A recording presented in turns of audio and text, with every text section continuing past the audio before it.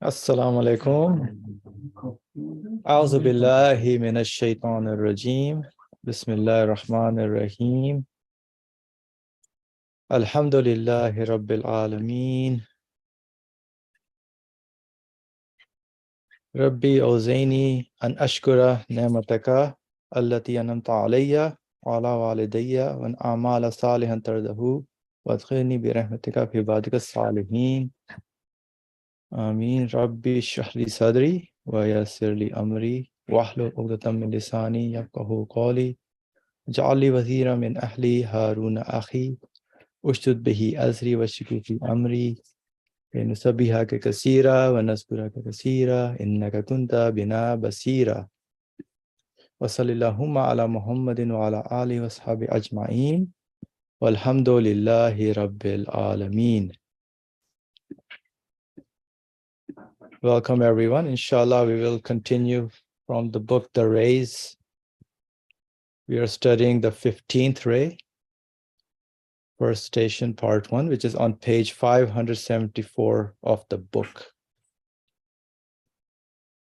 We were going over through the phrases of some of the verses, some phrases which are in the Quran, which can be seen as our conclusions. For example, he gives life, he gives death, referring to the source of our existence. Who gives life, who gives death?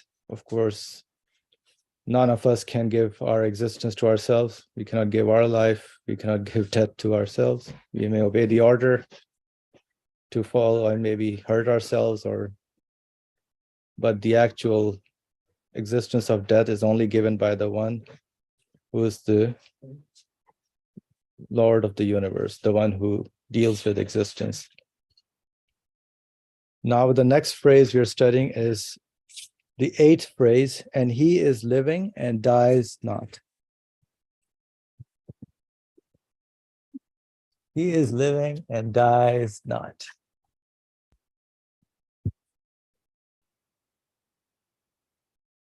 Of course, this is a conclusion that we have to come to, that the one source of existence is living and dies not, by observing the universe, by looking at ourselves, our being. So I can start reading the 8th phrase, how the author explains how he comes to this understanding. An extremely brief indication of the proof in this phrase is this. For example, on the disappearance of the tiny suns reflected in the bubbles on the surface of a choppy sea or flowing river,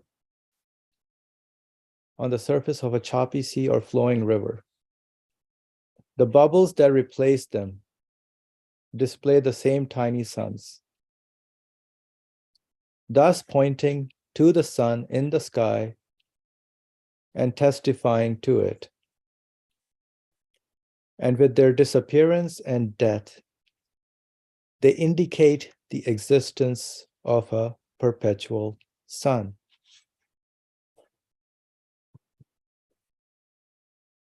So an example of how the bubbles, maybe you can see them in the river, and when the sun is shining, you can see the reflection of the sun on those bubbles, and then they burst away, then new bubbles come, and they are also getting the same sun, the reflection of the sun shining on them. So as an example, similarly, the creatures on the surface of the constantly changing sea of the universe and ever-renewed infinite space in the arable field of minute particles and in the river of time,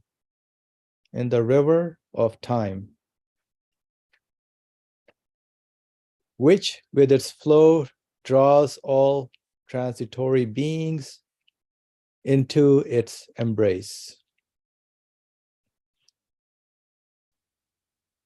So all transitory beings are subject to what is known as time, the river of time, he calls it, because it's flowing, it's continuously changing. Time is moving, passing. The changes are happening. Change that is happening in the universe, the existence keeps. Would you like to come closer, Brother Ali?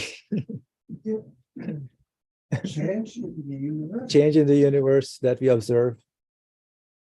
Our concept is called time. What is changing? I mean, I can see myself. Many years I've changed into a being like I am right now. I'm sure everybody can relate to themselves from a baby to what they are now. Now, what are we trying to understand? The bubble and sun relationship. It's an example. Mm-hmm.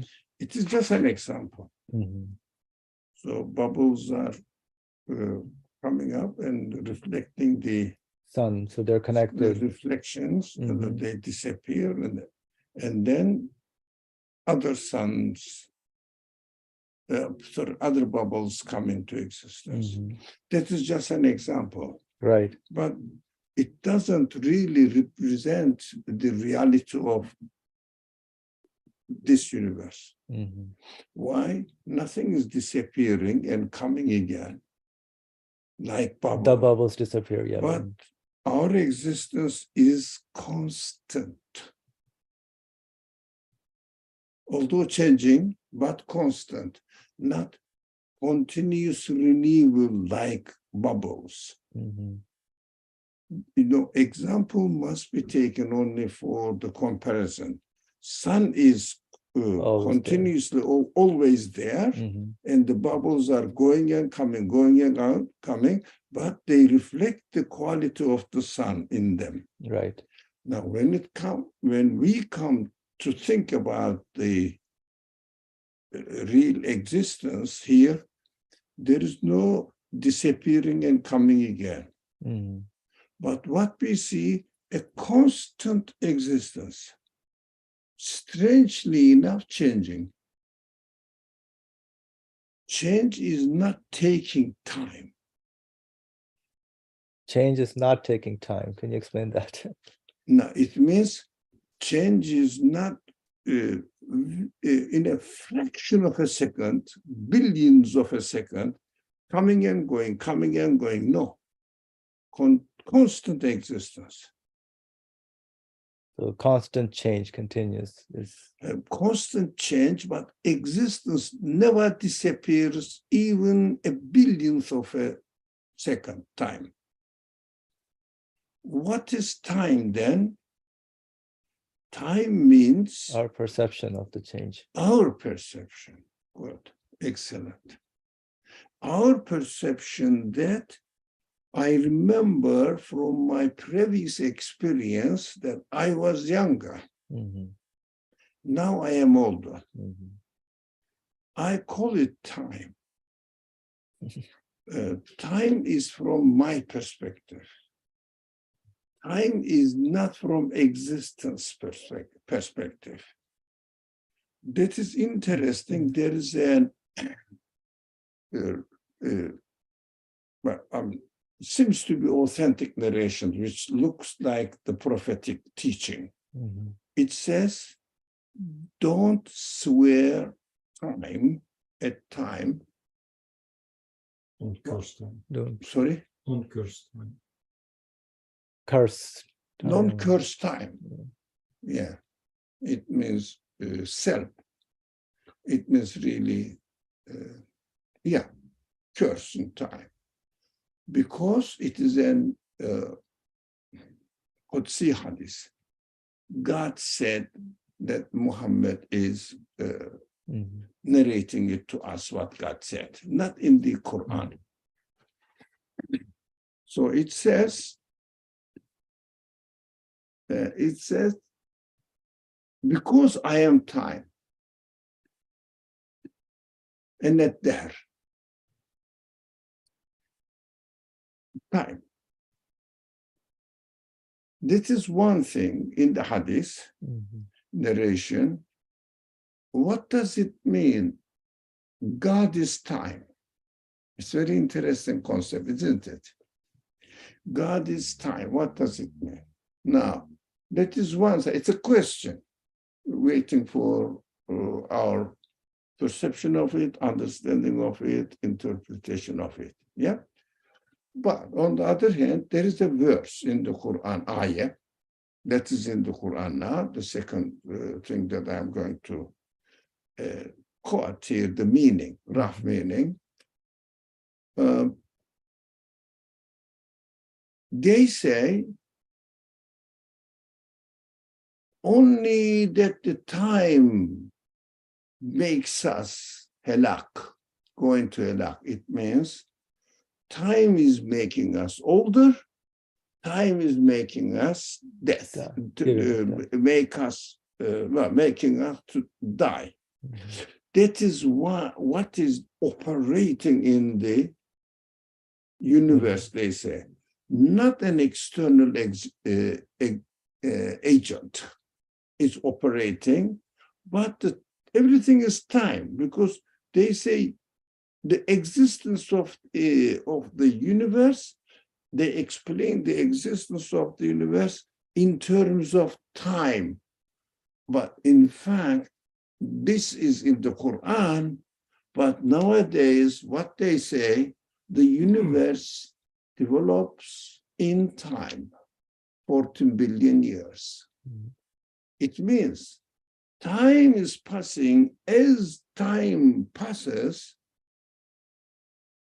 the things are coming into existence and going out of existence, exactly what the hadith narration says. That's why I said this hadith looks like prophetic teaching.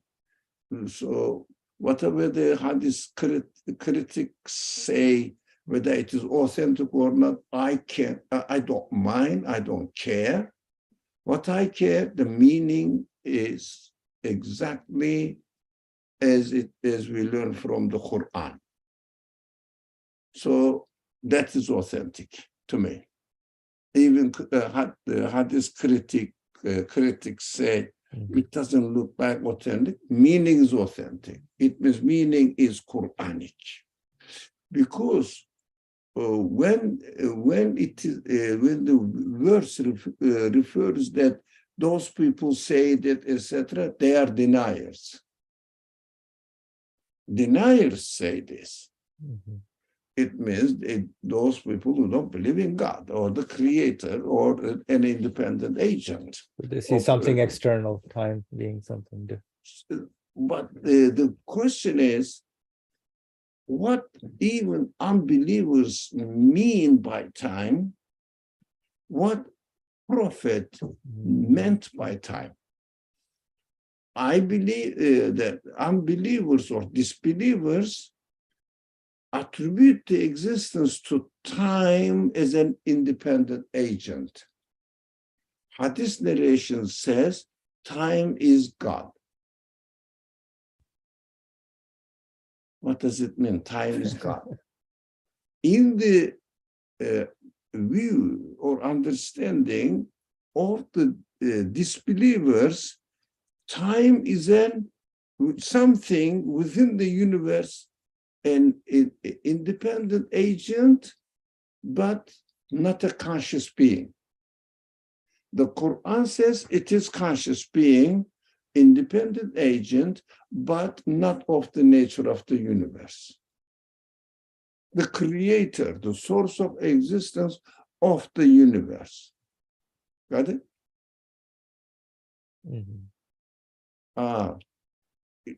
The concepts are not important. The terms, the words are not important. Both of them says, hadith says, and the verse says dahr, the same word. What do you mean by it?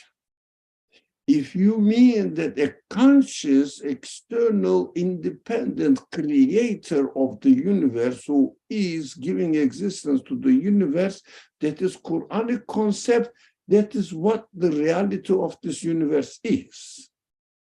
If someone says something of the universe operating within the universe, not the creator of the universe, the concept developed by human beings and attributing the existence to this universe. For example, nowadays in 21st century, 14 billion years of development is responsible for the existence of everything within itself. Quran says as an external, independent, conscious agent, source of existence. So without paying it on, concentrating on the term, whatever the term we use, we should know how to define our term. That matters, not the rest is matters, really, the same language that you use it. That is amazing to me. To notice that if someone believes in the Creator, he will say, because the existence is taking place on a constant level, constantly. It means constantly, never breaks at all. How small it is doesn't matter. From there, I understand that the source of existence should be absolute. Why? His reflection of his qualities are constant. Everywhere at the same time, and everything is independently changed. What do you mean by independently? I am treated in my existence, you are treated in your existence, and the change activity is taking place in you differently from mine. But the source is the same. That is the evidence that the Creator must be not big, no, absolute. Beyond imagination, cannot be describable within the conditions of this universe. Any word developed, used to explain something of the universe cannot be applied to an absolute being. In your term, mathematician's term, any kind of infinite means I cannot represent it with a number, with a number.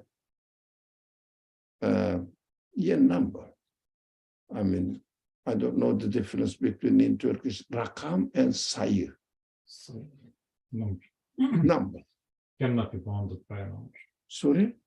Infinite cannot be bounded by a number. Yes. So it means I cannot define absolute Creator in terms of anything countable. So we should understand what we mean by God, Creator. What we mean by Creator. That is important that I want to share with you.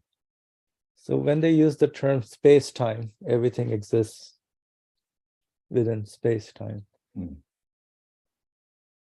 So how do we understand this in that particular period? No, in terms of what? Disbelievers or believers? Believers. Let's try to go into believers. I see. Yes. Space-time means there is no external time, only existence that I am experiencing. That's it. So it's always practical language is different. Practical language, I know. Yeah. But constant changes. Not, But it's not happening in time, which is time is just a concept for me. No, that's my perception of constant act of creation. Or constant manifestation of the absolute. That is better. Constant manifestation of the absolute. Very interesting. Very interesting. That is what we have to understand the concept of God. When we say God, what we should mean. I don't mind what other people think about it, and the people may not question about it. They say the universe is created by God. But when we go into the details, yes, it is created by you are different from mine, you are getting old. So time, in the course of time, I am changing. But what I have to make really sure that what I mean by time. So that definition is important because the scientists' explanation of the universe is in terms of time. Throughout time, the things are developing and improving their their being. The survivals are those people, those things that fit whatever they are fitting to. I don't know, whether they don't know either. They survive and adapt themselves to the environment. Who is doing it? What is the agent? There is no specific explanation. The things themselves, or the nature of the things themselves. What do you mean by it? There is no explanation. Within the universe, what is matter? What is nature? They say the quality of matter. What is the source of the quality of matter? What is the source of the existence of matter? What is the source of it? Simple, they say, because it happened to be like this, and it is like this, it is forever like this. What is the proof for forever within the universe? No, because at the same time they say the universe is a beginning. Contradictory, full of contradiction. No, they are trying to fix that contradiction by the concept of multiverses. Yeah, but still, how much? Also, we can understand the word of the good point, very good point, or the word in the Quran, Alameen, not definitely because of the grammatic structure of Alameen is not Alam, Alameen, or is not broken plural, but regular plural. Regular plurals are used for conscious beings. So if someone understands that only human beings are conscious beings, the rest is not, then Alamin becomes all people. I don't, and Quran doesn't. Why? Quran means, when the Quran speaks about angels, Quran says they are conscious beings. They know what they are doing. It means conscious beings. It means that the Malakut side, angelic side of creation, declares God, the Creator's infinite qualities and absolute qualities, tasbihat, and say they are absolute, they are nothing. Any number lacks another number by +1. Yep. I didn't get what you're trying to say. No, any number is not perfect, lacks something. However, the number is big, you can always put +1. Yeah. No, that is tasbih. Now, what do we mean by tasbih or sabbaha? And everything declares God's perfectness, absoluteness. I wouldn't say perfectness. Perfect is used for created beings. I would say absoluteness, because you cannot use any created being for any created being the term absolute, because no created being is absolute or can be absolute. So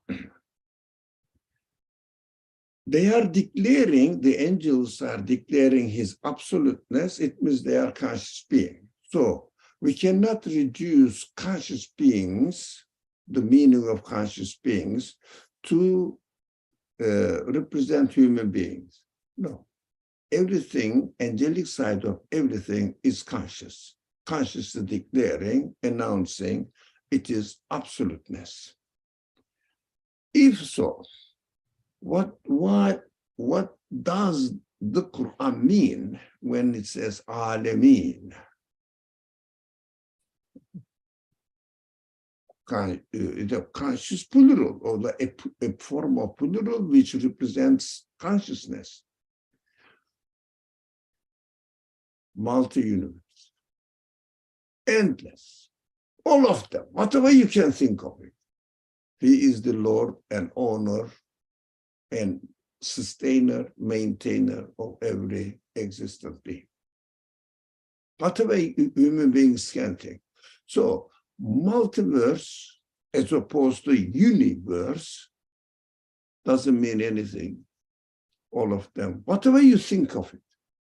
You can say this universe 14 billion years. You can say, another universe it was extinguished and the seed of it exploited again. No.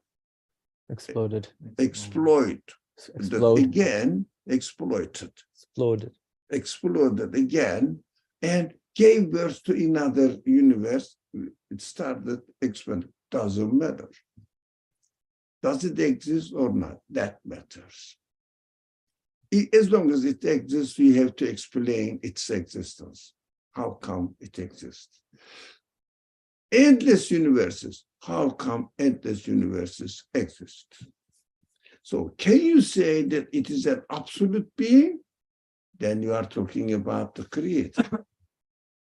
As long as you cannot accept the necessity of the, necessity of the existence of the creator, as long as you don't accept the necessity of the absolute creator, existence of absolute creator, you cannot talk about these things here, how old they are, doesn't matter. Can you talk about the existence of this universe as necessity or absolute? As long as you cannot attribute absolute to the universe, whatever the form of explanation you take, it doesn't represent the qualities manifested in the universe, which are the signs to the absolute qualities of its source of existence. So we have to develop our own concepts and speak with our own concepts. That is what my sensitivity is all about. Thank you. Inshallah. So, although this daily language, the river of time, yes. Daily language, I mean, this is the river of time. It is an example again. What is the example? It is an example. Giving an example, similitude. Because you see that at every moment, a river exists. Mm-hmm. But we see that it flows. Yes. There is no break. It's just an example. There is no break that the water comes and stops and comes again, stops and comes again. There is no such thing. Yeah. That is a good example. On the sun example is the same. You know, sun is always there. Mm-hmm. We don't see that sun is very frequently repeating its lights. No, it is always there. Mm-hmm. Example. Right. So existence is constant, pointing to the absoluteness of its source. Simple. Mm-hmm. That is so simple. Yeah. So constant creation that is happening. So river of time, which with its flow draws all transitory beings into its embrace. By the way, the mathematicians is here. When I say continuous, does does it convey the same meaning as constant? No break at all. Probably you mean continuous rather than constant. So it's Probably you mean continuous rather than constant.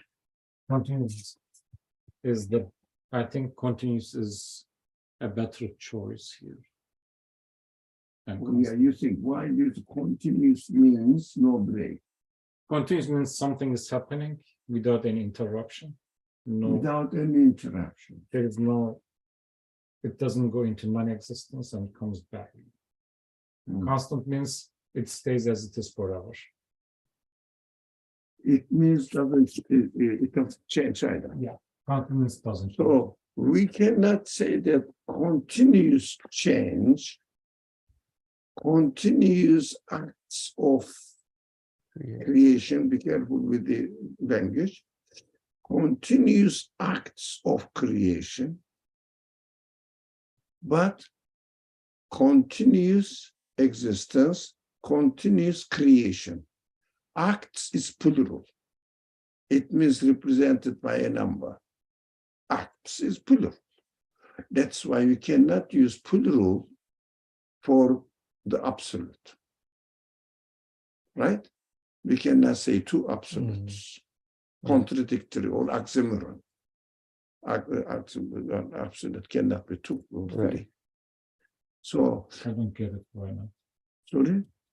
Why not? Absolute. Why absolute cannot be two or three? Sorry for bringing something. That was something I was So why there cannot be two absolutes? Yeah, because by definition, absolute is no limit. What do you mean by two? It's like infinite. Like I have one infinite here and one infinite here. So one infinite on my right. No. One infinite on my. That is for the practical reason. The mathematicians use it. They do you call it vector? One line and two arrows at the end of each Negative infinity, positive point of the line. Number line. Sorry? Number line. Number line? Yeah. But when you put the arrows, it goes to infinity. Yeah. It doesn't mean that there are two infinity. Depending on where I stand, I name it past and name the other side as future. That is my position, but it's not really, how do you say, it doesn't represent reality. If I change my position, the right side and left side changes. Depends on the vertical line where it cuts. That is why I put a zero there. It is assumption. There is no zero in existence. It is just a practical assumption. In creation, there is no zero. If something is zero, it doesn't exist. That is why I don't care about numbers. These are my understanding. Of course, you may not agree with it. I don't care about my numbers. I care about two things, zero and infinite. Zero, the universe cannot exist by itself. If I cut off the relationship between the universe and its creator, I cannot talk about anything existent.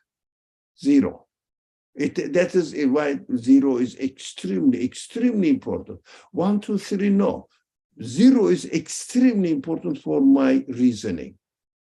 But opposite of zero is infinite or absolute.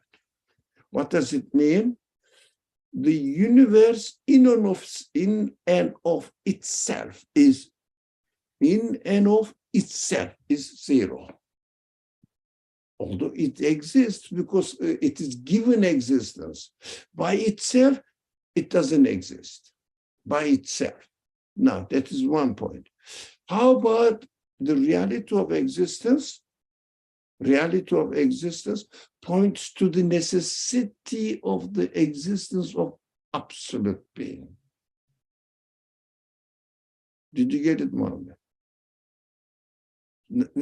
So what matters, how many universes exist, doesn't matter.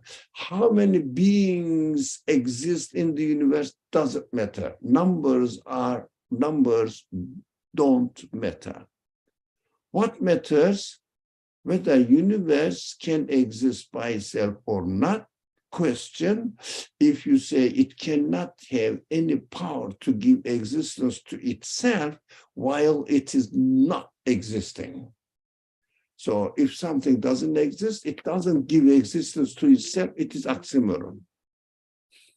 Now, if the universe has this nature, and I understand this, that represents for its source of existence, zero. There is no source of existence within the universe.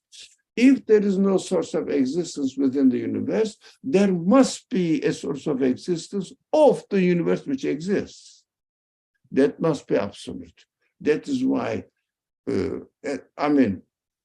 mathematically, it means rationally reasoning, logical reasoning, zero and, for not practical purposes, not engineering purposes, definitely nothing to do with engineering. I don't really see engineering as a science, by the way. Mathematics is a science, logical things. Engineering is multiplication of the same thing, really. So mathematically, what is important? Zero and absolute is important. Okay, you came to, it is, if I didn't understand wrong, you came to uniqueness. Uniqueness. Yeah. So to me, uniqueness requires a couple of more steps. So I'm trying to understand, you have arrived to uniqueness. You say there should be one and there cannot be two absolutes. I don't say it's wrong or something, just I'm trying to understand whether from this logical conclusion, you could arrive to uniqueness of the absolute in once. So or no, stay there. I don't understand the syllables. I hear the voice. Yeah. So I'm trying to understand whether your logical statements resulted in the uniqueness of the absolute. Uniqueness of what do you mean by uniqueness of absolute? Oneness. Or... No, absolutely cannot be represented by any number 1, 2. No, number doesn't work there. Speak to me without referring any number about absolute. No, you can't. But without numbers, when you cannot find absolute or infinite. No.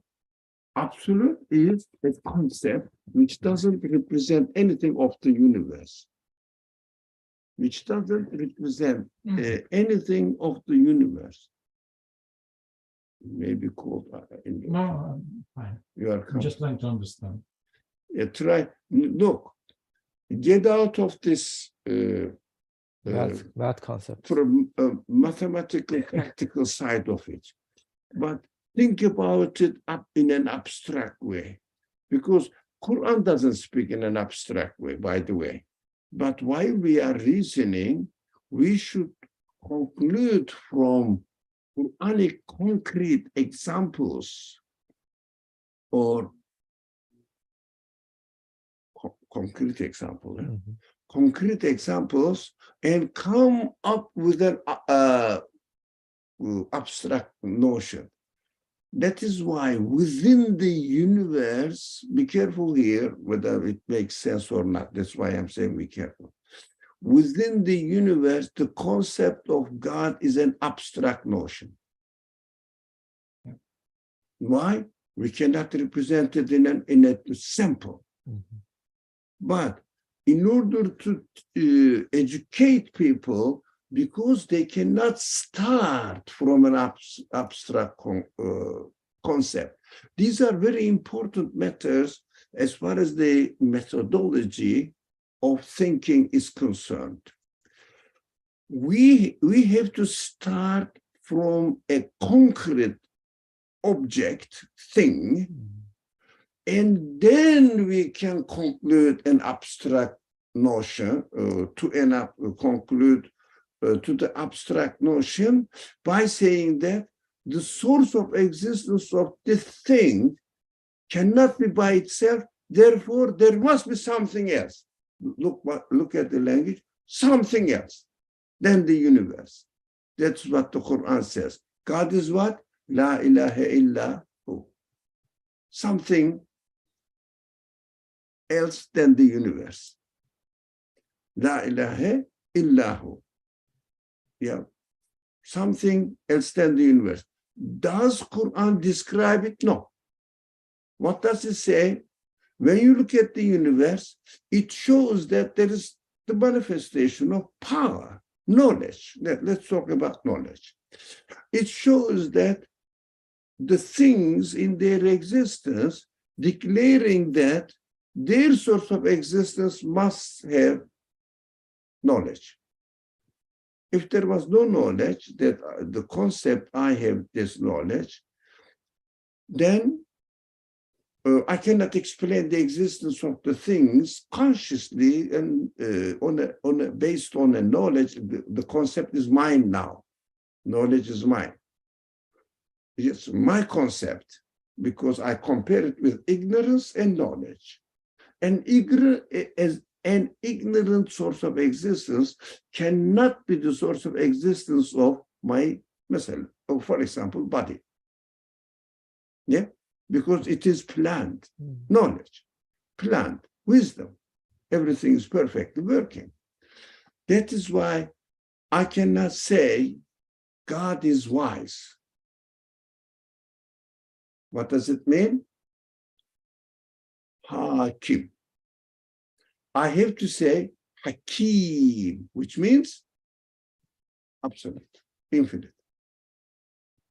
Because Hakim and Hakim, for example, you cannot use the word Hakim for any created being.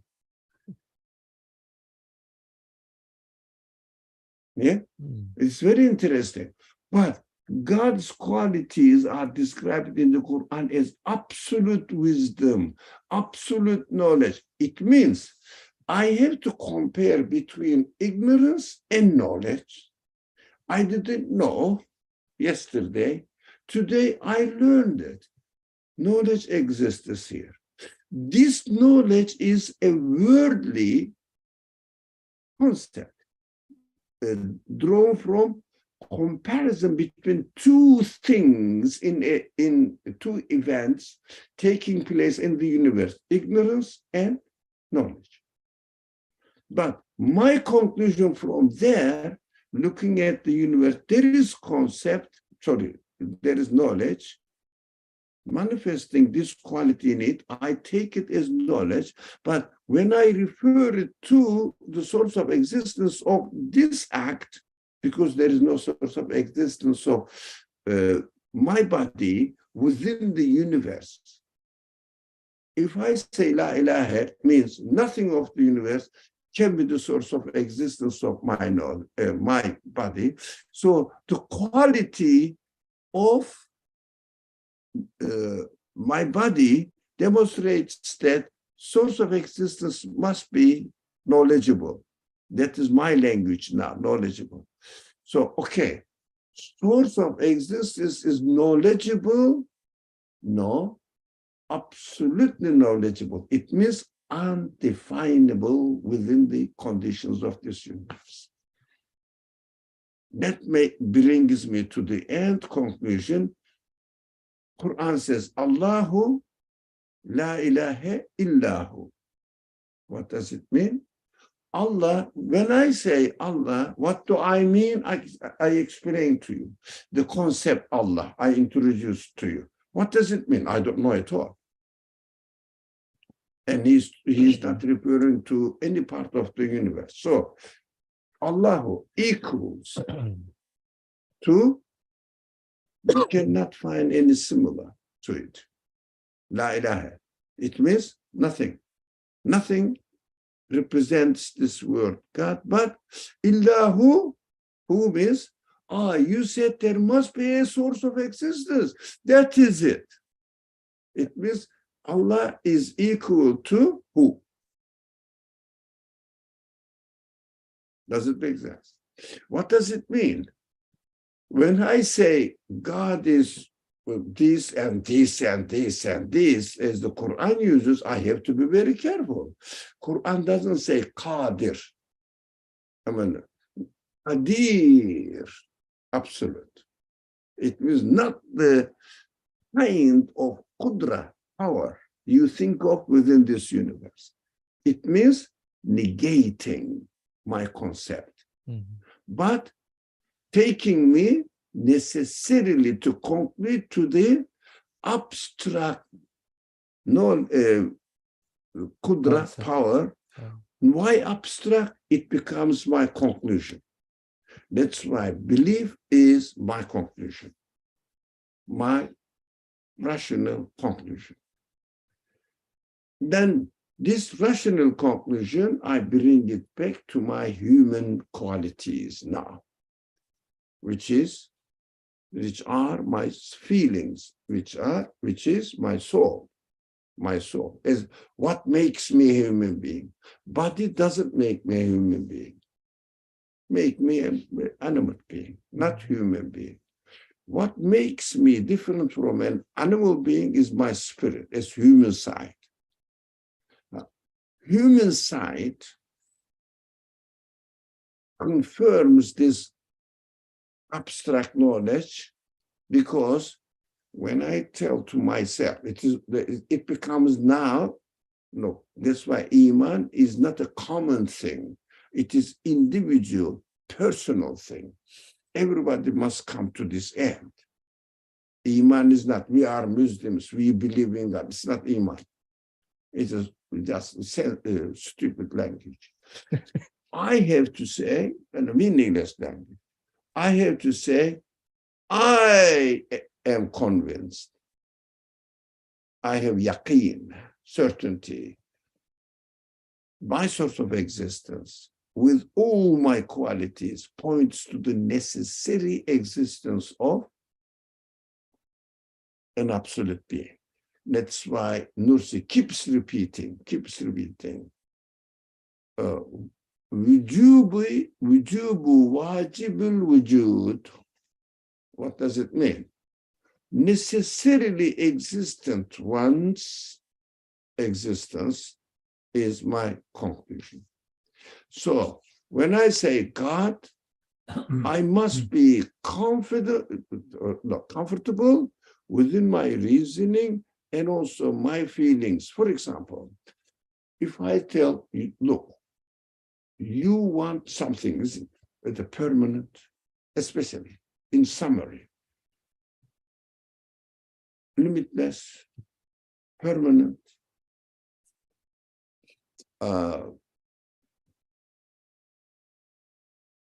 what is the word? Satisfaction. That's my feelings say, permanent. If I refer to my feelings, do you want a satisfaction only for 1 billion years? At the end of billion years, what happened?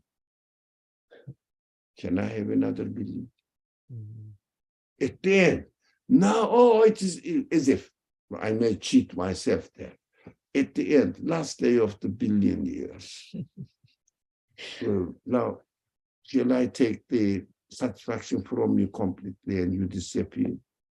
Is there any way another billion? There is no end. When I say your source of existence is absolutely merciful, has absolute power, absolute. Yep. Hakim, absolute. Rahim, absolute. Adil, Adil is Adil. That's why it is used in the what it is. That needs a little bit Arabic grammar here. The noun master, it means preclude? No, not predicate, no.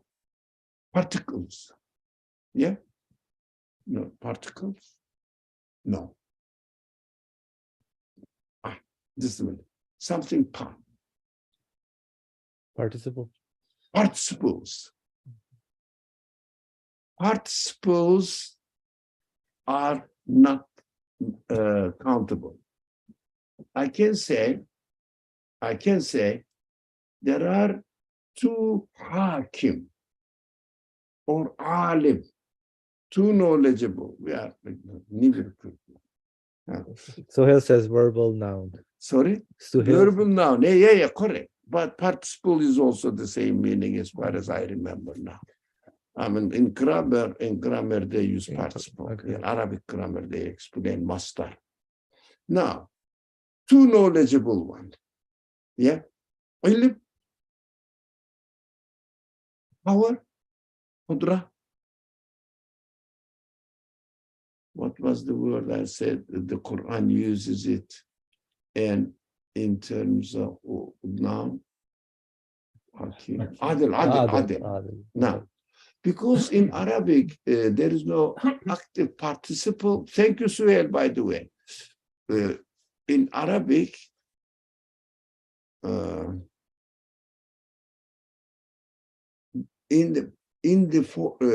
a form of a person is just. There is no adil, but no adil. There is no such word in English.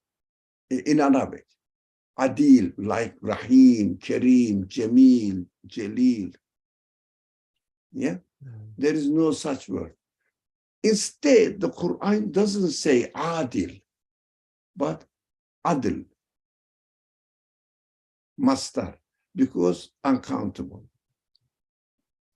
So the Quran is very sensitive not to use countable form for God.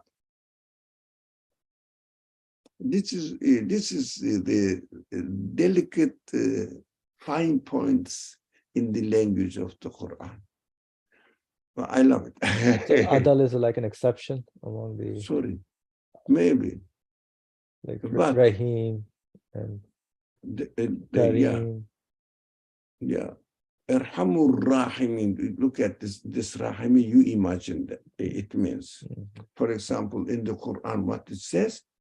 Now, these are very exciting points, actually, grammatically in the Quran. For example, Allahu Arhamur Rahimin. Yeah. For example, Ahsanul Khaliqin. But look, what I use, what the verse uses, Khaliqin or Khaliqun. Khaliq is countable. Khaliqun, plural form of one Khaliq, two Khaliq. What does it mean? Irhamur Rahimin, Rahim. Not Rahman, not Rahim, but Rahim. What does it mean? Because the Quran says, Allahu Irhamur Rahimin, countable Rahimin. He is better, the best of it. Best of it. Whatever you think, it is the best of it. You cannot limit it. It means absolute. Now, that is Erhamu, Erham. Now, Rahim, what does it mean? Countable. Countable means you and I think in this world.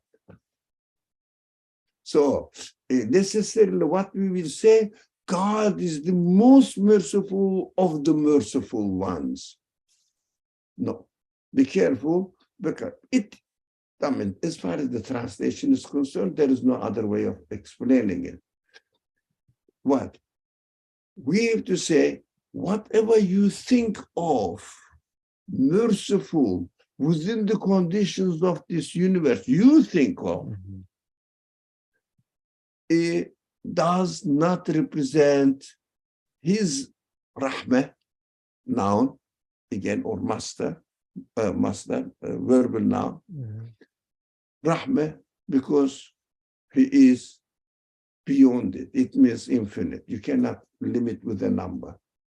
So when you say Ahsanul Khaliqeen, and Nurse studies this, we used in the email.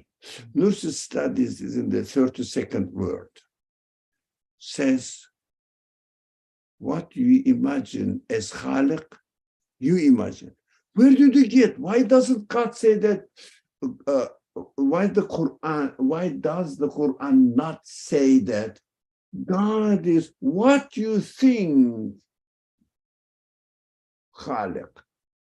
Why does it only say Allahu Ahsanul Khaliqin rather than Allahu Ahsanul Khaliqin ma tazun or ma yazun tazunnun?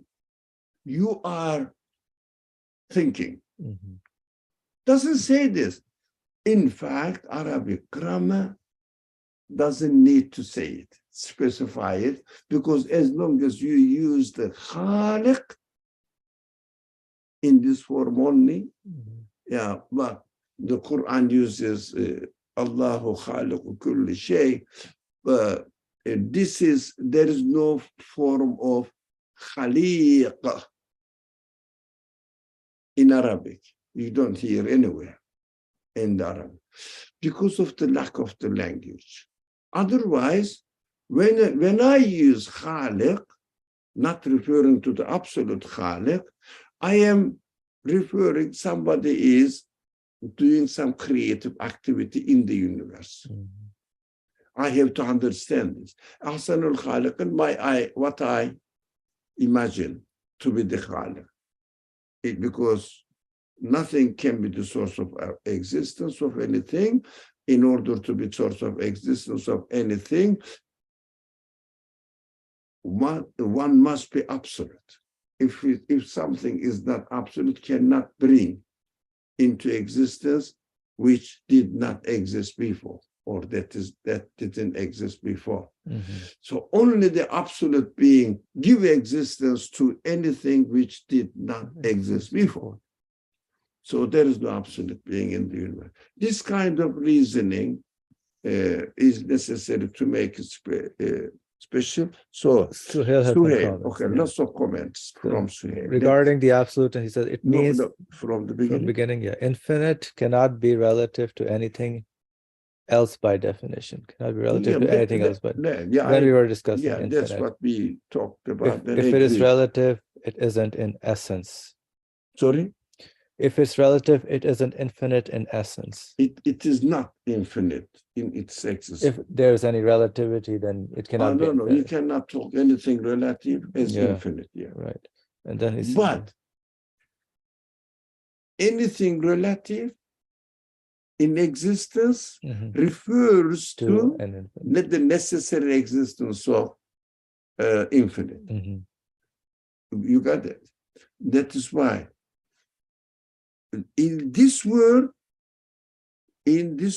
everything is relative. There is nothing is not relative. Right? No, there is nothing is not relative. In this universe, yes. Yeah, we have to be reasonable in this sense. This relativity nature of the universe points to the necessary existence of something, how do you call it? Not relative, absolute truth. Because I understand the creator or the necessity of the existence of the creator only from the createdness of the universe. If the universe was not in its nature created, it means createdness is the quality of the universe, any part of the thing. I am created. So I am in my createdness, I have to refer, or my createdness refers to the necessity of the existence of the absolute creator. Right? That is all, to me, that all together makes perfect sense. And I say my conclusion, I'm comfortable about it. So to deny relativity is deny the nature of the createdness of the universe. You know, from the Kelly Miller, some people were very sensitive that there is no relativity. Those relativity makes your belief or your truth shaky, or they don't understand anything. To me, they don't understand this matter, not anything about this matter. You cannot really talk about the creator if you don't think about createdness of the universe, created universe. Yeah, if you don't talk about relative things, limited things, as Suhail said, you cannot talk about infinite. Where did you get the idea of infinite? Baseless. Now, where did you get the idea of Khaliq if you don't accept createdness of the things in this universe? Then it is just imitating somebody's word, even it is the Quran's word, imitating, not confirming. Something most. The last one is based on when we were talking about the Rahimeen, Khaliqeen. It says it means it is of his essence, which is limitless by definition. Yeah, that is why this classical scholarship says God's Rahmah, Rahim, refers to some of them, not all. Some of them are not aware of it. Rahman and Rahim, I mean, somehow more than half of it, they just say Rahman and Rahim are the same thing, but different form of mercy. But again, a big number of them, although not the majority, big number of them, Rahman refers to God's mercy manifesting in this world, regardless of any believers or non-believers, whatever. So give us rahmah, even if you deny God, even if you curse God, God is Rahman. God is Rahman, gives you. That is his promise, my mercy with me. But this is limited by death. Yep. When I die, Rahman finished. Rahman finished. I need Rahim. That is why they say Rahim is infinite. It means when I say paradise is the result of Rahman or Rahmat, now I should mean Rahim, because in the next creation, there will be those people who confirmed the mercy of the Creator, that everything is given to me by the mercy of the Creator. I will be rewarded with Rahim, but deniers will not. By doing denier, not everybody in the street, we have to be very careful. But they don't know what they are doing, let alone denying and confirming, they don't know. Conscious deniers. Yeah, conscious, deliberate deniers, like these scientists interpret the things and refer it to nature. They know, they are very well aware that nature means nothing really. They are deliberately playing with the word, just not to submit to, according to them, religion. And also some of them may mean institutional religion. I don't submit either institutional religion in any form. Suhail wants to say something. Go ahead, Suhail. Sorry? Yes, sure. Go ahead. Just a couple of comments. One from the infinite discussion. You know, I think, as probably talked about in the past, people confuse infinite in many different forms. In one sense, in this universe, there is no such thing as infinite. So when people say, oh, there's an infinite number of things or particles, they really mean, or I can think about things infinitely, or different infinite number of possibilities. What they're really saying is I can think about things. Suhail, very excited. I'm very excited. But what do they say? Infinite number. Yeah, it's really ad infinitum. Look at infinite number. It's contradictory. Yeah, exactly. So really what they mean is, even though they don't say it, and it's confusing and it's contradictory, it's ad infinitum. You can count them, you just count them endlessly. There's a big distinction. And then what somebody else was saying is that, oh, I can think of infinite, here's another infinite, here's another infinite. That's also confusing in that, in some, what is really being said is that we all agree upon that there is something called infinite or absolute, and we can all have a concept or have an individual perspective of infinite. I have my infinite, he has his infinite, she has his infinite, when we're doing our calculations or thinking about things, which in some sense says that infinite cannot be bound or restricted to any one individual. Infinite belongs to everyone. Everyone can grasp infinite. That doesn't mean there's two infinites. It's that we all agree upon the same infinite. It's just that we all have our own infinite perspective, and that's by definition it's our relative perspective of infinite. So nobody actually says in reality that there's two infinites. What they're confusing is that, oh, we all look at the same sun. We all agree upon that the same sun exists, but we all have our own individual perspective of the sun. And so we say, oh, this is my sun, that's his son or her son. We don't disagree that there's only one sun or one sun out there. And I think that's the confusion, that because mathematicians in truth don't really understand theology or what they're actually saying, the logic of what they're saying. So that was my comment on infinite. So there's ad infinitum in this world, and there's only an infinite or absolute singular. We all have our own individual perspective. That's why we can all perceive infinite from our own vantage point. That's why you can get 10 different mathematicians and they'll all agree upon infinite, but they will all use infinite in their own way or in their own equations, individual equations.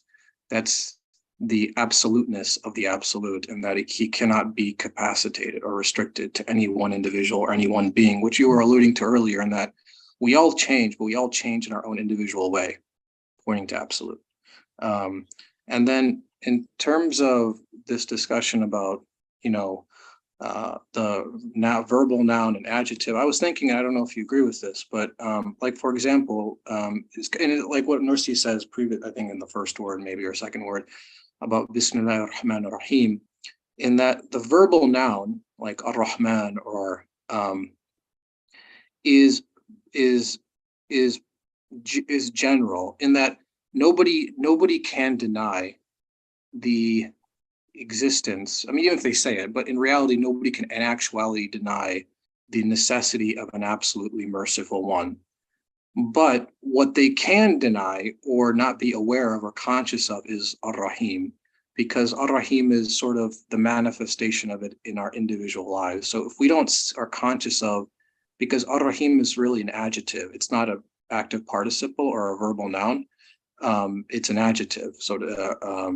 And so the adjective, in a sense, is when we use adjectives, I guess, in language, we're using it in our own sort of individual experience. We describe things based on our experience. So if we're not conscious of Ar-Rahman in our life, then he doesn't become Ar-Rahim. So that's, I think, when Nursi mentions, like in the first where he says, Ar-Rahman can talk about the cosmos, the earth. And so, like, I don't have necessarily a personal relationship with the earth. Oh, there's the earth out there, and maybe there's mercy manifesting. I don't deny it, or maybe I don't acknowledge it, but it's not relevant to my life. Maybe only it becomes relevant in my life when I see mercy, Ar-Rahim, manifest in my life. As you were saying, that's what I'm most interested in, because it's pertinent or relevant to my life. It becomes an adjective or becomes very personal. Whereas Ar-Rahman is, I don't like the word abstract, but it becomes sort of impersonal. It's as if there's this most merciful one, but he doesn't have any relevance in my life. So, that's why Hakim is important. And Hakim is important, but the Hakim is most important to me, or Ar-Rahim is most important to me. So those are just my thoughts on those two things. Thank you, inshallah. Yeah. Okay, yeah. Should we? Faryaz has a comment. How can we conclude that relativity points to an absolute truth? Well, which necessitates it. That's how. It is a necessary thing. If the relativity must be absolute. Then there must be pointing something to at the absolute. Yeah. My createdness necessitates the absolute creator. So that's it. So simple. All right. Okay, inshallah. Let me just finish the paragraph, right? Also, right. I mean, I think we covered it pretty much. No, we covered it. I looked at, we covered it. We can start from 9th, inshallah. Inshallah. Yeah. All right. Bismillah ar-Rahman ar-Rahim. Subhanaka la ilma lana illa ma 'allamtana innaka antal alimul hakim. Wa akhiru da'wahum alhamdulillahi rabbil alameen.